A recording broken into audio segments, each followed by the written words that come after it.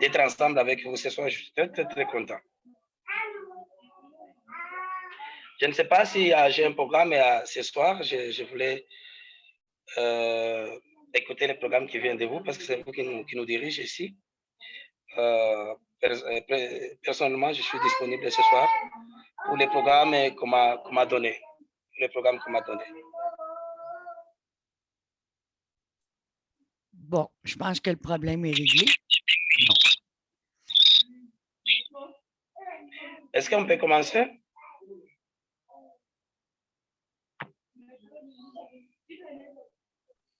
Pour moi, tu peux commencer, il n'y a pas de problème. D'accord, on va partager la parole de Dieu. Nous avons un thème que nous avons intitulé les sacrifices. Les sacrifices, nous avons tiré ce thème dans les livres de Genèse, chapitre 22, versets 7 à 13. Et ce sont des passages qui m'ont intéressé de partager avec vous. Nous avons d'autres passages qui viendront plus tard. Pourquoi j'ai centré ce thème sacrifice? Parce que nous avons compris tout simplement, en commençant par le livre de Genèse jusqu'à l'Apocalypse, sur le Nouveau Testament et l'Ancien, le Seigneur a travaillé beaucoup avec les gens qui se sacrifient, non seulement par l'offrande, il y a les sacrifices de la chair dans le cadre de la parole de Dieu. Donc, c'est pourquoi j'avais essayé de réfléchir sur ce passage, sur ce thème, pour permettre qu'on essaie de partager avec vous message ce soir. Donc, on va lire tout de suite le livre de Genèse, chapitre 22, versets 7 à 13. Alors, Isaac parla à Abraham, son père, et dit, mon père, il répondit, mais voici, mon fils. Isaac reprit l'agneau, et Isaac reprit, voici le feu et les bois, mais où est l'agneau pour l'Holocauste? Abraham répondit, mon fils, Dieu se pourvoira lui-même de l'agneau pour l'Holocauste. Ils marchèrent 2 jours ensemble.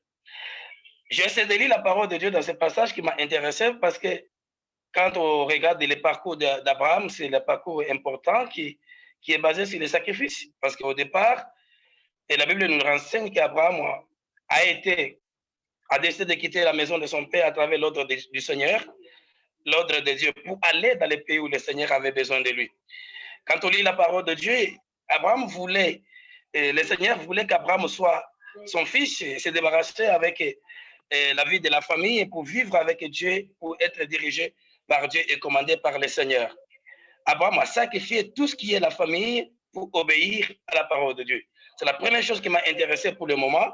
Et j'ai compris tout simplement qu'Abraham a sacrifié la vie familiale à l'honneur de l'Éternel. Ces sacrifices d'Abraham au début, semblaient faibles. Plus tard, nous avons vu que les sacrifices d'Abraham a essayé de payer quelque chose cash. Il est parti sans que le Seigneur lui parle beaucoup de choses, même pour la bénédiction, la grandeur d'Abraham. Et il a trouvé ça à sacrifier sa famille pour partir là où le Seigneur lui a envoyé. Mais ici, c'est le passage qui m'intéresse, c'est quand le Seigneur a demandé son fils, le fils d'Abraham qui s'appelle Isaac comme sacrifice. Et cet enfant était unique. C'était un enfant de la promesse où Abraham attendait des années et des années et des années. Mais finalement, le Seigneur a fini à donner cet enfant. Mais du coup, le Seigneur a besoin de cet enfant en sacrifice. Tout simplement parce que Abraham a compris que c'est le Seigneur qui m'a donné cet enfant. Maintenant, il me demande de l'enfant, je dois remettre l'enfant à celui qui m'a donné. Parce qu'Abraham comprenait Dieu. Abraham obéissait à Dieu. Abraham s'est donné tout à Dieu. Il pensait que tout ce qui vient de Dieu est correct. S'il lui donne, il me donne un enfant. Il me répand aujourd'hui, il me donnera encore un autre fils. Et la Bible dit, quand Abraham a pris la décision d'obéir à la parole de Dieu, en sacrifiant son fils, il est parti avec l'ambition de les sacrifier, mais l'Éternel a compris tout simplement ce qu'il cherchait Abraham. Ce n'est pas l'enfant, c'était l'obéissance, c'était le sacrifice qu'Abraham a fait un pas et le Seigneur a fait des pas. Quand on lit la parole de Dieu, qu'Abraham prend la route vers et là où le Seigneur voulait qu'il sacrifie son fils, le Seigneur aussi a pris la route pour aller rencontrer Abraham avec un anneau. Ça veut dire aujourd'hui, quand on lit la parole de Dieu, le sacrifice d'Abraham a essayé de montrer l'obéissance à Dieu et l'Éternel a décidé de lui bénir davantage et davantage. Dans ce livre de Genèse, quand on essaie de regarder les parcours d'Abraham, ce sont les parcours basés sur les sacrifices. Les sacrifices est très important. Les sacrifices basés sur l'homme elle-même. Il y a d'autres sacrifices basés sur les offrandes. Nous avons essayé de lire la parole de Dieu dans les livres de Luc chapitre 5, les versets 1 à 5. C'est le Seigneur qui se trouve au bord de l'eau. Il a besoin de prêcher là-bas, dans cet lac-là. Du coup, il a trouvé un homme qui s'appelle Pierre Simon, qui va aider Jésus avec ses pirogues, qui a servi Jésus pour prêcher la parole de Dieu. Et dans ce passage, on comprend que dans le livre de Luc chapitre 5, versets 1 à 5, Simon-Pierre a commencé par les sacrifices. Il a commencé à donner son pirogue à Jésus. Ces pirogues a servi Jésus pour annoncer la bonne nouvelle.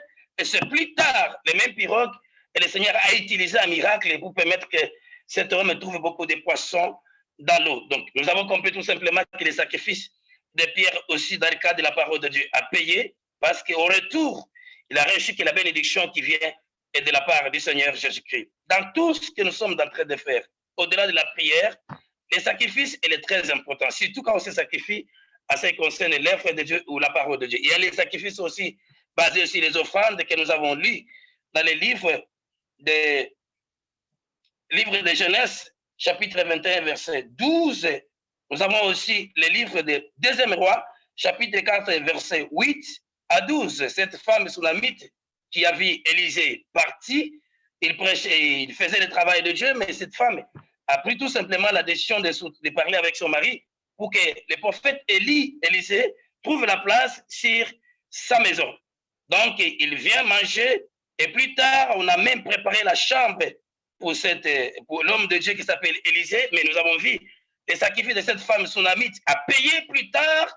Cette femme n'avait pas un enfant et le Seigneur lui a béni l'enfant à travers le prophète Élisée. Donc, quand on regarde ces sacrifices faits par cette femme, ces sacrifices a fini à payer, à quelle la bénédiction et la joie et dans la famille de cette femme sunamite. Alors, j'avais essayé de comprendre aujourd'hui, tant que nous sommes les enfants de Dieu, les sacrifices sont très importants. Non seulement on se sacrifie à ce qui concerne l'œuvre de Dieu, on se sacrifie aussi même pour aider les autres. Et donner les offrandes, elle est très important. Aider les gens qui ont besoin de notre soutien est très important parce que nous avons vu que quand Dorcas est décédé, vu qu'il a aidé beaucoup de personnes dans sa vie, il a sacrifié sa vie pour les autres. La Bible dit les gens de la ville ont refusé la mort de Dorcas pour aller chercher Pierre pour la résurrection. Parce qu'il y a les choses qui parlent mieux que la prière. Il y a les choses qu'on pose dans la vie qui parlent mieux que la prière. Et même si les malheurs arrivent, le Seigneur se souvient de telles choses faites par l'homme de Dieu, de tels sacrifices faits par l'homme de Dieu. Le Seigneur vient intervenir dans notre vie. Et c'est pourquoi j'avais besoin de centrer ces messages et ces thèmes importants dans le cadre de la parole de Dieu. Quand on se sacrifie sur le Seigneur, et on voit que le Seigneur aussi se sacrifie sur notre vie. Quand on fait ces offrandes pour aider les autres, on voit que le Seigneur aussi vient au secours de nous pour nous soutenir davantage. Alors, quand on lit la parole de Dieu, il y a une femme, Pite, cette femme qui a donné l'offrande des parfums qui coûtent très cher, et cette femme, il s'appelle Marthe, en donnant à Jésus. Plus tard, nous avons lu la parole de Dieu au parcours de cette femme qui s'appelle Marthe. Il y avait la relation parfaite entre Marthe et Jésus. À travers Marthe, Jésus a connu un frère de Marthe qui s'appelle Lazare. Et quand on regarde le parcours de Jésus à travers Marthe, nous avons vu la résurrection de Lazare, ressuscité des morts, enterré 4 jours, parce qu'à quelque part, il y avait quelque chose qui était déjà fait, qui a créé la vie à Lazare. C'était un sacrifice de l'offrande qui s'appelle parfum, qui coûte très cher, et ce parfum a créé la connexion directe. Il y a des actes qu'on pose dans la vie qui nous créent la connexion directe, qui nous crée la connexion, qui nous permet de vivre encore devant les problèmes difficiles. Le Seigneur se souvient de nous et vient en intervention et dans notre vie. Et c'est pourquoi je voulais partager ce message. Donc, je voulais centrer sur les sacrifices. Il y a même les sacrifices en offrande. L'identité de Caïn et Abel était passée par les sacrifices qu'on appelle les offrandes des personnes qui mettent les offrandes. Le Seigneur a créé une offrande qui était bien faite par Abel. Et plus tard, nous avons lu le parcours de Caïn. Il a reçu que d'autres choses, la haine contre son frère, parce que l'offrande n'était pas créée par le Seigneur. Donc, c'est une petite exhortation ce soir que je voulais partager avec vous dans le cadre des sacrifices. Donc, quand on se donne à Dieu et Dieu aussi se donne à nous. Et j'ai essayé même de partager ce message dimanche et passé. Même si on voulait faire l'offrande, on doit chercher les offrandes qui coûtent cher, les offrandes qui est très important. Vous voulez aider ton ami, il ne faut pas aider l'ami quelque chose qui est déjà abîmé, les choses que toi-même tu n'as pas besoin de porter, les habits, les souliers. Et là où vous pensez à aider les autres, je pense que le Seigneur ne peut pas agréer cette offrande et cette don-là, parce qu'on voulait aider quelqu'un dans le cadre de la parole de Dieu, dans le cadre des soutiens, que ce soit matériel, financier, nous devons faire les choses basées sur l'amour, basées sur les vrais sacrifices, parce qu'en donnant tous les sacrifices bien faits, il y a toujours la bénédiction de Dieu qui court derrière les sacrifices que nous sommes en train de faire. Donc, je vais essayer de regarder le parcours des différents hommes de Dieu. Il y a beaucoup de sacrifices énormes. Il y a même les gens qui étaient décapités et tués à cause de la parole de Dieu parce qu'ils s'est sacrifié en donnant leur corps pour permettre que l'évangile du Seigneur Jésus-Christ soit partagé partout dans le monde. J'ai essayé de regarder les miracles, les 10 miracles que le Seigneur a fait en Égypte à travers les enfants d'Israël. Quand on lit la parole de Dieu dans les livres d'Exode, chapitre 12, le verset 21, 10e miracle fait par Dieu en Égypte, il était basé par les sacrifices. Ces sacrifices de cet agneau, tous les animaux qui étaient tués, les jours-là, et les sangs sur les bétons, sur les dépoteaux et les lintons, la Bible dit le Seigneur a envoyé un ange et le sang était l'image de la maison des enfants d'Israël. C'était des adresses efficaces et officielles. La sortie des enfants d'Israël en Égypte était passée par les sacrifices. Et même l'Église aujourd'hui, que nous parlons Jésus, il a prêché, il a prié, il a fait des miracles, mais c'est l'acte qui nous sauve, qui donne le pouvoir à l'Église.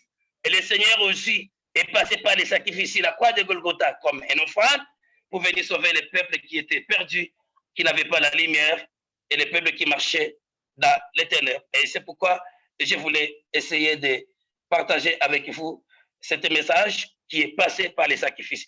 Il y a des sacrifices. Nous avons les sacrifices basés sur les offrandes. C'est des sacrifices aussi. Même pour aller donner les offrandes à l'église, c'est des sacrifices. Vous savez, il y a les gens, quand ils trouvent l'argent, pour même donner l'offrande, c'est très, très, très difficile. Quand quelqu'un donne même une offrande à l'église, il a sacrifié son argent. C'est déjà un pas de sacrifice dans la vie. Il est très important. Il y a les gens qui ne donnent jamais, mais il attend quelque chose qui vient de la part du Seigneur. Il y a les gens qui cherchent la bénédiction. Même si le Seigneur lui donne quelque chose, il ne partage jamais aux autres, mais il a besoin que le Seigneur soit son soutien, que le Seigneur vienne en aide, que le Seigneur vienne lui bénir. Donc c'est très important et il faut se sacrifier et il faut aussi offrir à Dieu. Donc offrir à Dieu n'est pas que l'offrande que nous sommes en train de donner à l'Église, aider aussi les autres, c'est un sacrifice important qui parle mieux que la prière.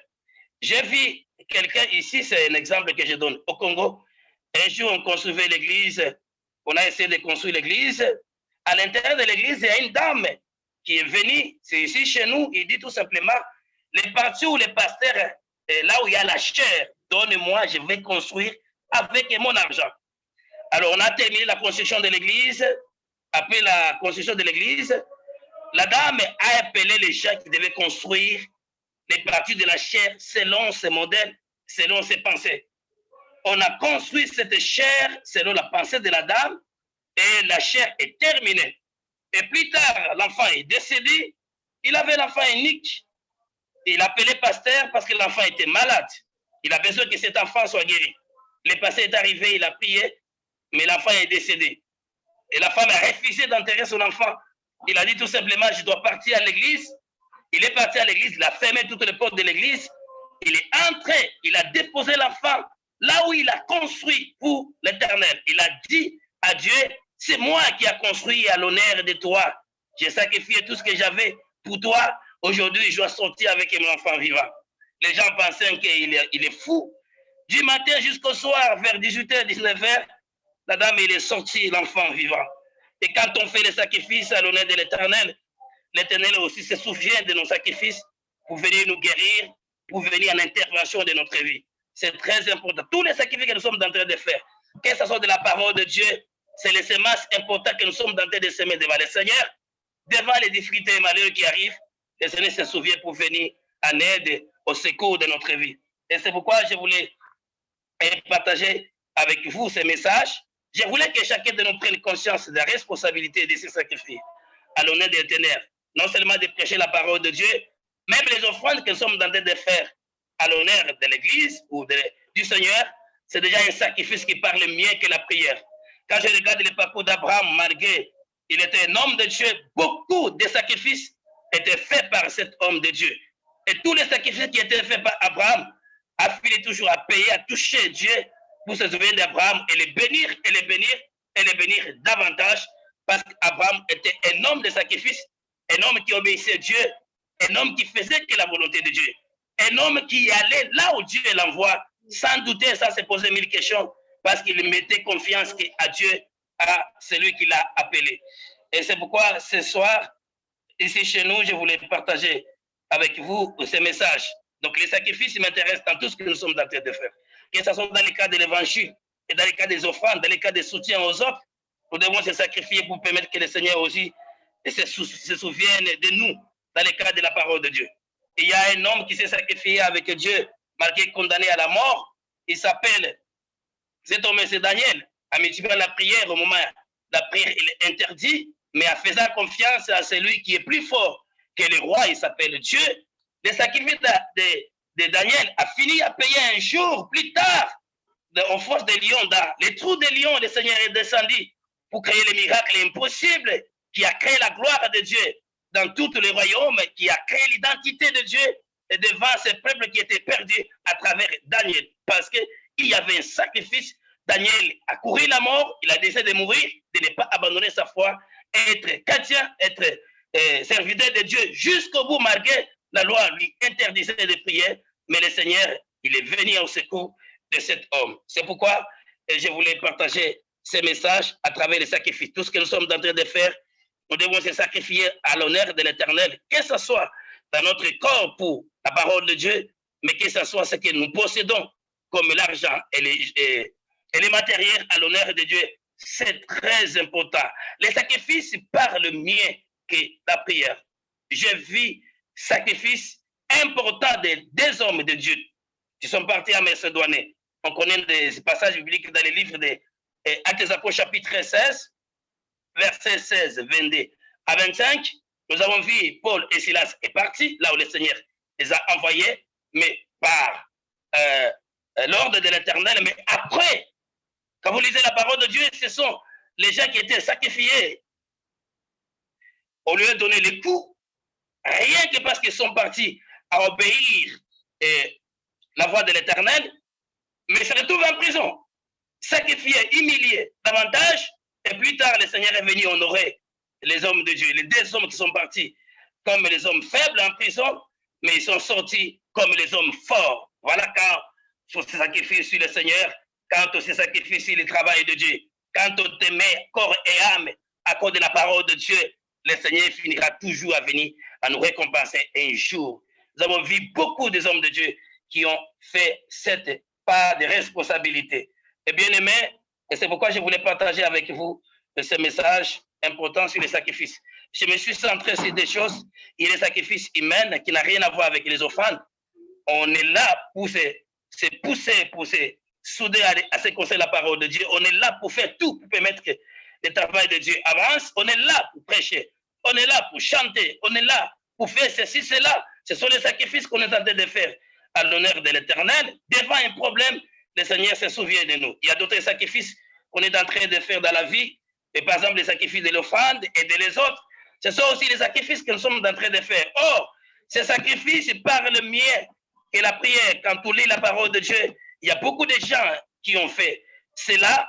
Les résultats étaient directs.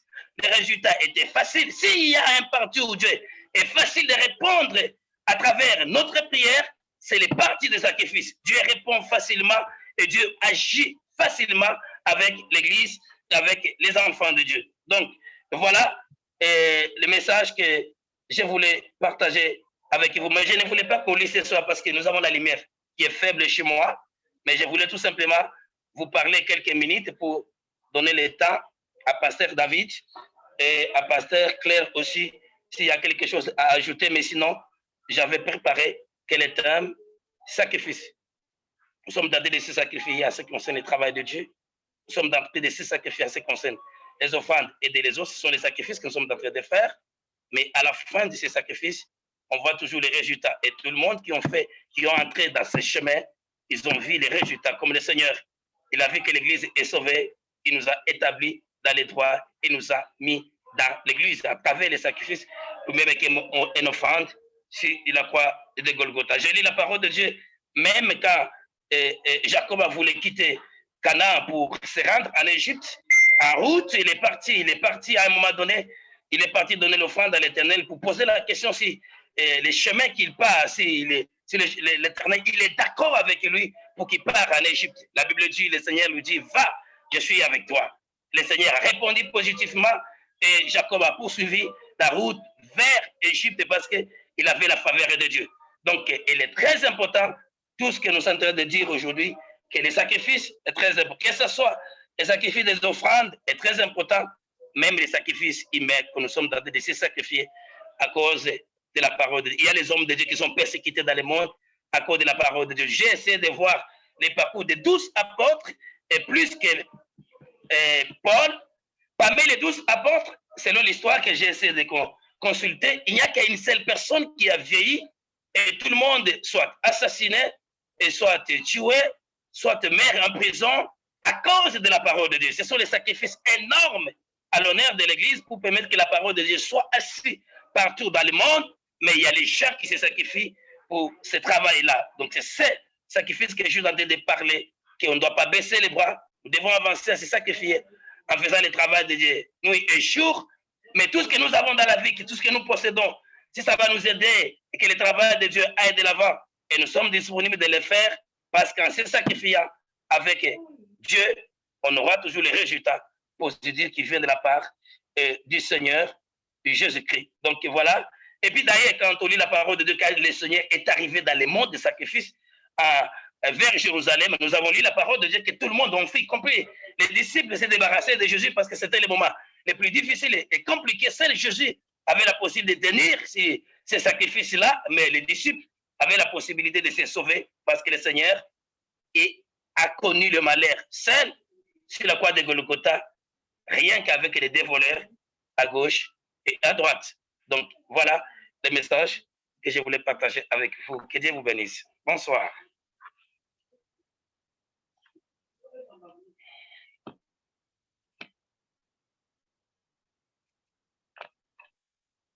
Oui, moi, je voulais dire que la parole de Dieu était vraiment très claire par rapport au sacrifice.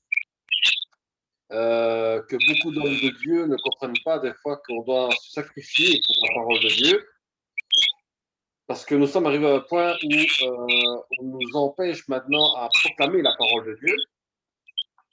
Et qu'il est vraiment temps que l'on se soude les uns les autres à proclamer la parole de Dieu en se sacrifiant vraiment pour lui.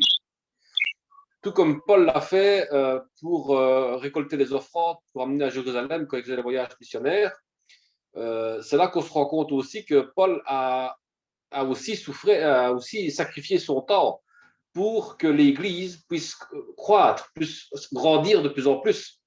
Et c'est notre but à nous aujourd'hui, que même si l'État nous empêche de faire des cultes ou autres, nous avons encore les réseaux sociaux comme Zoom et autres, où nous pouvons encore enseigner la parole de Dieu et pouvoir continuer à dire que Jésus-Christ est vivant.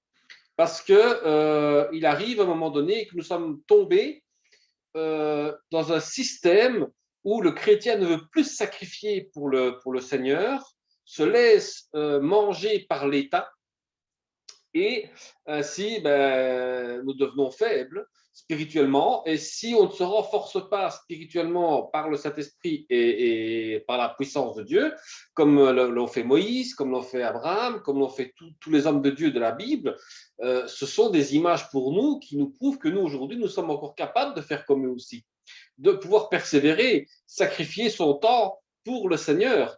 Dieu nous appelle à nous sacrifier pour lui aussi, comme lui s'est sacrifié pour nous.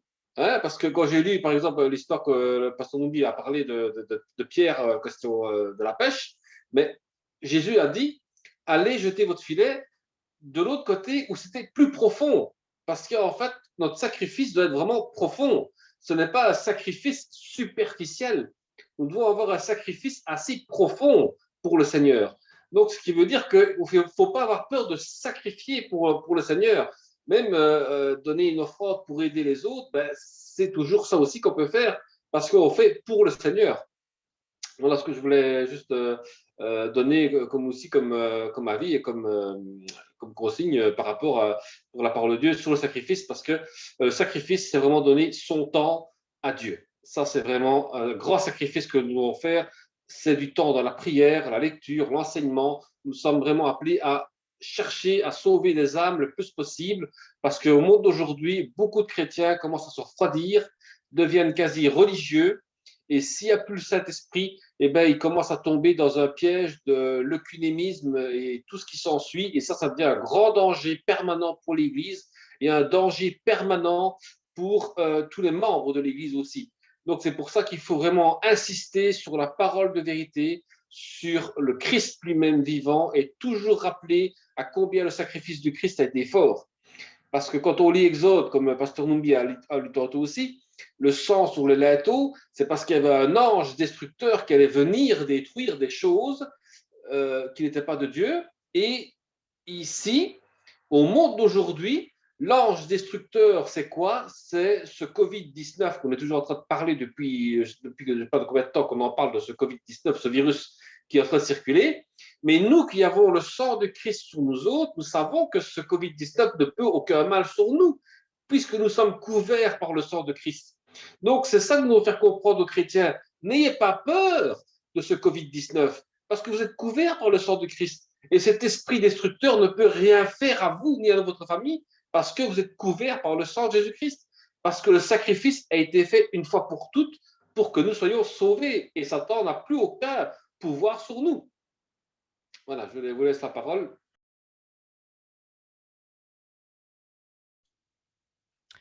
Oui, j'ai bien aimé aussi quand Pasteur Numbi a dit que les offrandes aussi, c'est par les actions que nous faisons dans l'amour, tu sais, par amour. Hein? On peut aider une personne, on dit qu'on prend du temps aussi pour le Seigneur. Tout cela, c'est des sacrifices. On ne s'en rend pas compte. On s'habitue. On s'habitue, plus on fait des actions positives avec l'amour de Christ. Mais c'est ça. C'est que le sacrifice ne devient pas lourd. Il devient comme essentiel. Il devient comme... ça fait partie de notre nouvelle nature en Christ, d'être dans l'action, dans l'amour. C'est l'amour en action. C'est ça qu'il faut démontrer aux gens. Ce qu'ils ont besoin en ce moment, c'est ça. Et c'est exactement ça. Et si nous, en tant que ministres, en tant que disciples de Christ, nous ne sommes pas capables de le faire, eh bien, nous manquons le bateau. C'est ce que je pense. Nous manquons le bateau dans notre mission. Et aussi, l'offrande de nous-mêmes, hein? L'offrande de nous-mêmes qui est un culte raisonnable pour Dieu. Ça devient comme une évidence quand on est, dans la marche chrétienne. Plus on avance dans notre marche chrétienne, plus on découvre que ceci qui était surnaturel pour nous au départ devient naturel. C'est notre nouvelle nature qui entre. Et si on n'est pas capable de l'exprimer, cette nouvelle nature-là, aux gens qui ont besoin de réconfort, qui ont besoin d'encouragement, qui ont besoin d'être soutenus, si on ne prend pas le sacrifice de notre temps pour eux, je pense qu'on manque le bateau. Alors, c'est très essentiel ce que Pasteur Numbi D a dit. Et on devrait tous réfléchir et méditer sur cela. Et même voir nous-mêmes, est-ce qu'on fait ce qu'on a à faire ou on fait juste qu'est-ce qu'on veut faire? C'est la question qu'on doit tous se poser et méditer, puis revenir à l'essentiel.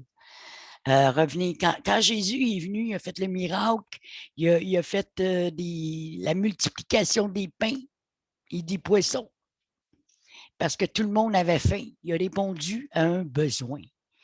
Nous aussi, nous répondons à un besoin de la population.